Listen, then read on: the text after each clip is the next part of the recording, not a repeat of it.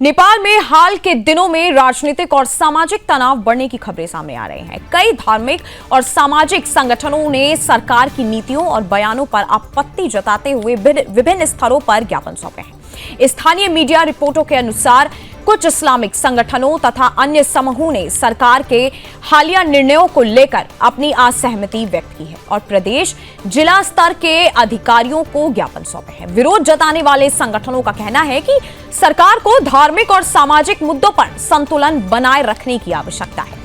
वहीं विपक्षी दलों और सरकार के आलोचकों ने आरोप लगाया है कि वर्तमान राजनीतिक माहौल देश में अस्थिरता पैदा कर रहा है। इनमें से कई आरोपों की स्वतंत्र रूप से पुष्टि नहीं की जा सकी है। नेपाल में विभिन्न पार्टियों के बीच चल रही राजनीतिक खींचतान के कारण सरकार और प्रशासन पर दबाव बढ़ा है। कई समूहों ने यह भी दावा किया है कि नेपाल को विदेशी प्रभावों से बचाने के लिए एक मजबूत और स्पष्ट नीति की आवश्यकता है। इन दावों की भी आधिकारिक स्तर पर पुष्टि नहीं हुई है। भारत नेपाल संबंधों को लेकर भी कुछ संगठनों ने टिप्पणी की है। उनका कहना है कि भारत ने ऐतिहासिक रूप से नेपाल को संकट के वक्त चाहे भूकंप हो या फिर महामारी महत्वपूर्ण सहयोग दिया है। आलोचकों का आरोप है कि नेपाली राजनीति में आंतरिक मतभेदों के कारण जनता में भ्रम की स्थिति पैदा हो गई है। आपको बता दें कि इस्लामिक संगठन प्रदेश के मुख्यमंत्री को भी ज्ञापन दे रहे हैं और प्रधानमंत्री सुशीला कार्की को घेरने में वामपंथी सरकार लगी हुई है। हालांकि नेपाल सरकार की ओर से इन सभी आरोपों पर कोई आधिकारिक बयान फिलहाल जारी नहीं किया गया है।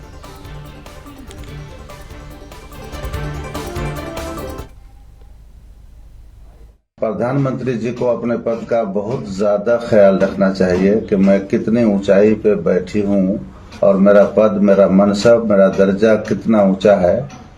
उनके पद के नीचे नेपाल के सारे ओहदे हैं, तो जो जितना बड़ा पद पे होता है उसकी जबान उतनी ज्यादा कंट्रोल होती है, मोहतात होती है, रिजर्व होती है।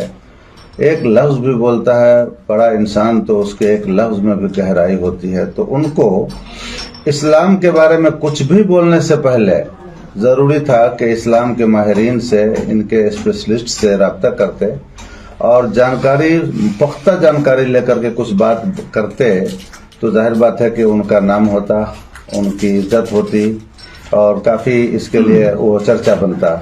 लेकिन उन्होंने जानकारी लिए बगैर न जाने किसके कहने में आके, किसके बहकावे में आके उन्होंने ऐसी ऐसी बातें कह दी जो उनकी छवि को बहुत ज्यादा कमजोर कर रही हैं और उनके दर्जे को कमजोर कर रही है। इस्लाम के बारे में उन्होंने जैसे कह दिया कि इसमें शोषण किया गया, अन्याय किया गया लड़कियों पे, महिलाओं पे, शादी के हवाले से कह दिया या हिस्सा के हवाले से कह दिया या पढ़ाई लिखाई के हवाले से जो भी कहा, तो समझ में आया कि उनको थोड़ा भी अनुभव नहीं है इस्लाम के बारे में, जो उनकी बातें सुनने से समझ में आया।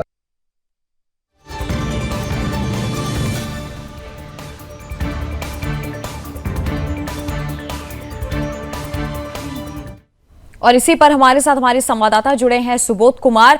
सुबोध, ये जिस तरह की जो भी घटना सामने आई है, अब तालिबानी जो है नेपाल में, अब तालिबानी राह पर आ गए, क्या ये पूरा मामला है, क्या ताजा अपडेट है?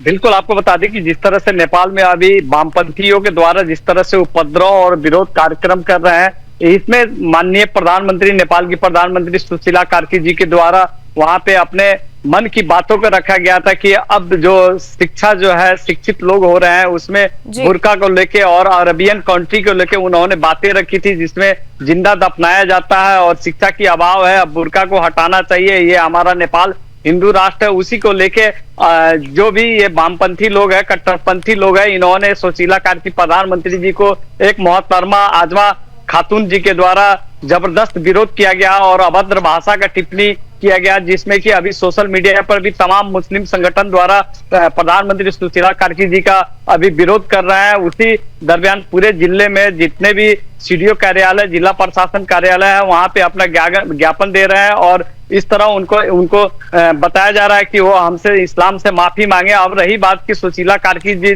के द्वारा सभी भाषाओं और सभी हिंद धर्मावलंबियों को अपना मन की बातें रखी थी। उसमें किसी भी जाति या धर्म के लोग आपत्ति नहीं जता के इस्लामी संगठन के लोग को ही क्यों आपत्ति है। अब रही बात की जहां आंकड़ा के हिसाब से 15 लाख की जनसंख्या है, अब वो महतरमा के द्वारा 40 लाख बताई जा रही है जनसंख्या। इसमें कहीं ना कहीं संदेह के घेरे में है। और नेपाल में घुसपैठिया हम लोग चैनल के द्वारा बार बार सुदर्शन चैनल के द्वारा बताया जा रहा है कि नेपाल में अवैध रूप से घुसपैठिया बढ़ रही है। कहीं ना कहीं बहुत बड़ा षड्यंत्र रचा जा रहा है नेपाल में। अब वो दिन देखने को मिल रहा है। पूरे नेपाल का इस्लामी संगठन जो है आज के दिन में पूरे नेपाल संगठन सक्रिय हो गए हैं और दबाव डाल रहे हैं कि हम इस सरकार को हिला के और गिराने का भी प्रयास किया जा रहा है। जी सुबोध, और हालांकि जिस तरीके से दावा किया जा रहा है कि नेपाल को एक तरीके से विदेशी प्रभावों से बचाने के लिए एक मजबूत और स्पष्ट जो है नीति जरूरी है। तस्वीरों में भी हम देख रहे हैं जिस तरीके से पूरा एक विरोध प्रदर्शन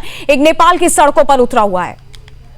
बिल्कुल, आपको बता दें कि इसमें कहीं से संदेह नहीं है कि ये नेपाल जो है विदेशी ताकतों के हाथ में चला गया है और कहीं ना कहीं से इस्लाम के कंट्री के द्वारा भी इनको समर्थन। अब रही बात कि भूतपूर्व में वामपंथी का सरकार था जो कि नेपाल कम्युनिस्ट पार्टी ये है, उनमें सभी जितने भी ये इस्लामी संगठन के लोग हैं उसी पार्टी में है और कहीं ना कहीं नेपाल को बर्बाद करने के फिराक में ये लोग जुटे हुए हैं। जबकि हिंदू संगठन या अन्य हिंदुवादी पार्टी के द्वारा ये कहा जाता है कि हमारा देश बचेगा तभी कोई पार्टी बचेगी, तो हम लोग पहले देश को बचाने का प्रयास करें, हमारे धर्म और संस्कृति को बचाएं, अपने देश को हिंदू राष्ट्र बनाएं और पुनः फिर से राजा की वापसी लाया जाए, तभी अब देश बचेगा।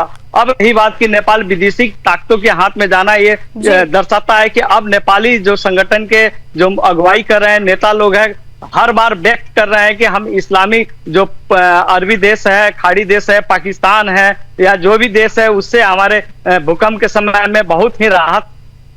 जी